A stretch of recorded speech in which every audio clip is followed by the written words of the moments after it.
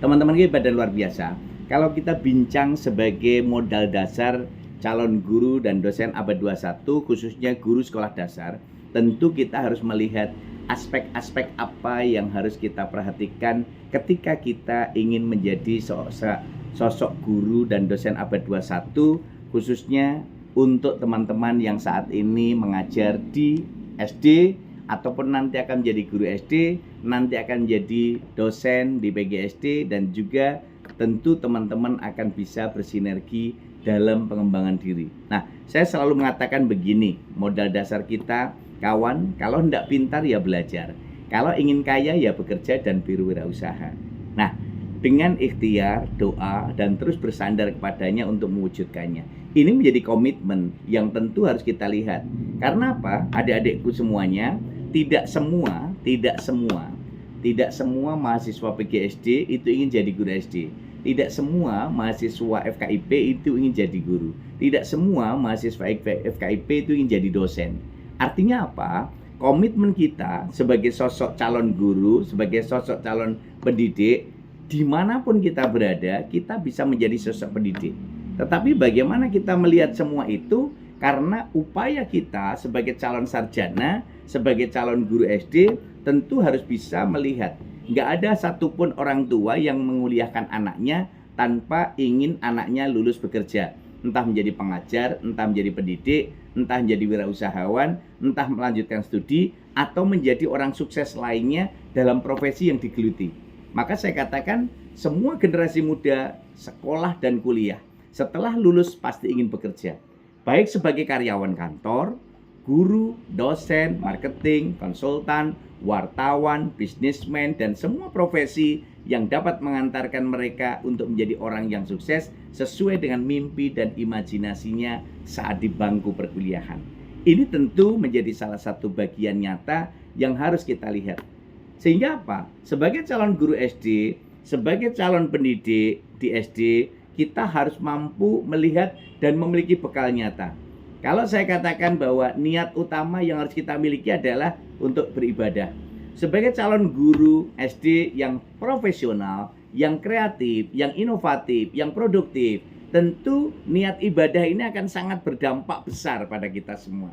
Kenapa? Karena disinilah sebenarnya letak kita untuk bisa bercerita dalam berbagai dimensi. Ketika kita menjadi generasi yang serba bisa, generasi yang multi talent, generasi Gen Z, generasi yang tahu tentang digital, generasi yang melek literasi digital, dan ini tentu akan berdampak untuk kita semua. Karena apa? Semua harus kita landasi ibadah dengan 5S. Senyum, salam, sapa, sopan, santun.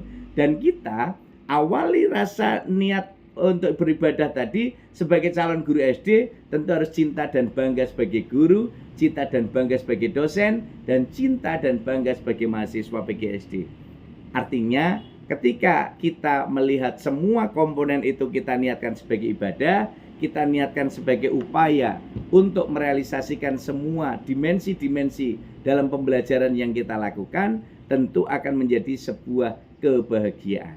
Nah, kebahagiaan itu tentu adik-adik yang hebat dan luar biasa bisa kita lihat saat ini dalam berbagai lini, dalam berbagai ranah, dalam berbagai media, dalam berbagai sosial media yang adik-adik semua miliki melalui HP. Sekarang semua bisa dijangkau, semua bisa dicapai. Mau keliling Indonesia, oke. Mau keliling luar negeri, oke. Mau lihat manapun sekarang cukup lihat YouTube, kita bisa tahu kondisi. Mau naik gunung dari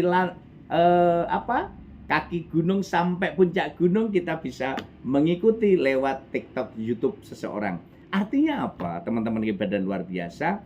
Semua komponen pembelajaran dari perencanaan, pelaksanaan, evaluasi tindak lanjut berbasis teknologi di era digital semua bisa kita ketahui. Bahkan sederhananya, guru dan dosen mulai ditinggalkan siswa dan mahasiswanya karena sekarang ada namanya Mbah Google, ada Mbah YouTube, ada AI, ada ChatGPT, ada semua aplikasi-aplikasi yang bisa dijadikan sebagai media berkomunikasi dalam sebuah proses. Nah, oleh karena itu, teman-temanku yang hebat dan luar biasa, kalau kita ingat kembali frame, target, dan tujuan pendidikan tinggi di Indonesia yang kita rujuk pada undang-undang kita, yang kita ingat kembali bahwa ingin menghasilkan manusia yang beriman dan bertakwa kepada Tuhan Yang Maha Esa, berakhlak mulia, sehat, berilmu, cakap, kreatif, mandiri, terampil, kompeten. Ini semua rangkaian yang kita ingin capai ketika adik-adik nanti lulus sebagai sarjana PGSD, calon guru SD, semua memiliki kompetensi. Maka kalau kita lihat di SN Dikti, target utama bahwa SN pendidikan kita itu adalah memiliki standar kompetensi lulusan yang kompeten. Sehingga adik-adik semua dengan berbagai komponen yang dibekalkan, dengan kurikulum merdeka, dengan kurikulum yang ditetapkan sekarang dengan kurikulum OBE di perguruan tinggi, ini semua akan didukung dengan case method, didukung dengan project based learning, didukung dengan media digital, semua menjadi salah satu sarana bagaimana adik-adik semua nanti memiliki komponen-komponen itu. Nah, sekarang kita mulai lihat case kasus ke kasus. Adik-adik, siapa yang adiknya tidak punya HP? Siapa yang kalian semua di antara 601 ini tidak punya HP? Hampir semua punya HP. Kalaupun HP-nya agak error, mungkin mereknya beda, mungkin jenisnya beda, itu hanya kondisi, itu hanya media. Tetapi platformnya adalah sama-sama sebagai HP untuk literasi digital. Nah, inilah kondisi kenyataan yang saat ini terjadi di seluruh wilayah Indonesia. Adik-adik semua tahu bahwa sebenarnya media digital yang kita miliki ini terjadi dalam kondisi yang kita tidak siap atau siap dihadapkan dalam situasi kekinian. Nah, adik-adikku yang hebat dan luar biasa, kalau kita lihat pergerakan di WA Group, silahkan cek di chat WA Group, kemudian di medsos. Kalau sudah namanya kena netizen, ini semua menjadi salah satu bagian yang kalian bisa ikuti. Semuanya bergerak, digerakkan tanpa ada yang mengomandoi, tetapi semua bergerak seiring sejalan. Maka saya berharap adik-adik, karena ada undang-undang ITE, adik-adik harus hati-hati. Adik-adik calon guru SD, adik-adik calon sarjana, adik-adik yang harus jadi teladan, maka jadilah teladan dalam bermedia sosial yang bijak, yang betul-betul mampu menggerakkan semua komponen teknologi sosial media itu pada tempatnya secara bijak. Nah, kalau saya sampaikan proses pengalaman belajar dan membelajarkan era konvensional dulu, zamannya Pak Rohmadi, zamannya Bapak Ibumu, itu mungkin kondisinya berbeda. Dulu masih dengan media-media terbatas, dengan the power of kepepet yang digunakan di dalam kelas. Bahkan mungkin kelas-kelas kalau di daerah-daerah itu belum di keramik, Dek. Di daerah-daerah dulu saya SD, sekolah saya belum di keramik. Jadi kaki saya masih bisa main pasir, main lebu dengan kawan-kawan. Nanti dilempar-lempar pakai kaki, kakinya juga nggak pakai sepatu kala itu. Jadi kita masih betul-betul sangat konvensional. Kalau sekarang mungkin adik-adik, kalau sekolah nggak pakai sepatu nggak ada ceritanya. Sekolah nggak diberi sangu nggak ada ceritanya. Ini perubahan yang begitu luar biasa di era teknologi dan era kekinian. Nah, kalau kita lihat kembali, posisi inilah era industri 4.0 dan society 5.0 ternyata mengubah semua paradigma pendidikan, mengubah cara belajar, mengubah media pembelajaran, dan ini semua harus kita sadari, ini semua harus kita pahami agar nantinya itu betul-betul berdampak untuk kita semua. Nah, adik-adikku yang hebat dan luar biasa, kalau kita berbincang saat ini sebagai calon guru SD di era digital, di era AI, di abad 21, tentu kita sekarang ini melihat banyaknya aplikasi-aplikasi AI yang bisa dimanfaatkan. Dan pemerintah sudah memberikan ruang keleluasaan bagaimana pemanfaatan AI di dalam pembelajaran itu betul-betul bisa dimanfaatkan secara bijak. Dan posisi ini tentu akan membuka ruang-ruang dalam pembelajaran kita. Kita mau memerlukan apa saja, ternyata AI sudah memberikan ruang. Di dalam ruang-ruang digital itu ternyata bisa memberikan materi pembelajaran, memberikan media pembelajaran, dan itu semua menjadi data berkelimpahan, data yang tentu harus kita manfaatkan dengan baik.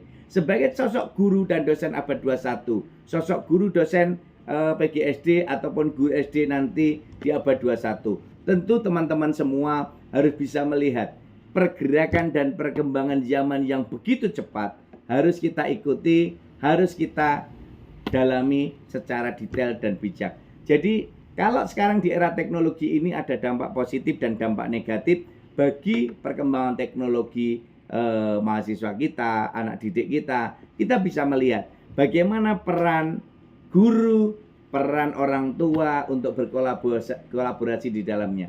Ini penting, karena apa? Seorang guru menginginkan anak didiknya sukses. Seorang wali murid menginginkan anak asuhnya sukses. Ini menunjukkan bahwa harus ada kolaborasi antara guru, siswa dengan orang tua wali. Maka dampak positif negatif ini bergantung nanti siapa yang memegang teknologi itu. Maka ketika teman-teman adik-adik nanti di era teknologi, era AI, mampu mengendalikan, mampu memberikan gambaran, mampu memberikan arah yang jelas kepada anak didiknya, maka dia tidak akan dikuasai teknologi, tetapi mereka akan menguasai teknologi.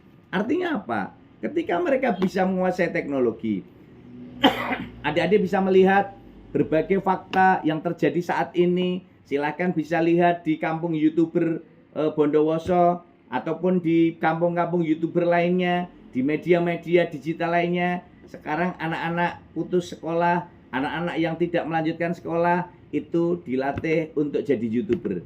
Dan di kampung Bondowoso ini, di kampung YouTuber ini, anak-anak putus sekolah akhirnya mereka punya keterampilan jadi konten kreator, kemudian jadi YouTuber, penghasilannya banyak, dan itu bisa membeli motor, mobil, membayar hutang orang tuanya. Dan kita lihat fakta-fakta sekarang mahasiswa-mahasiswa saya yang bermain TikTok bisa menghasilkan uang, menjadi affiliate jadi menghasilkan uang. Sehingga apa? Disinilah cara berpikir kita untuk bisa melihat berbagai dimensi yang nantinya akan betul-betul memberikan kontribusi dalam pengembangan diri kita sebagai calon guru SD, sebagai sarjana PGSD, sebagai calon dosen abad 21, dan akhirnya kita semua akan bersinergi di dalamnya.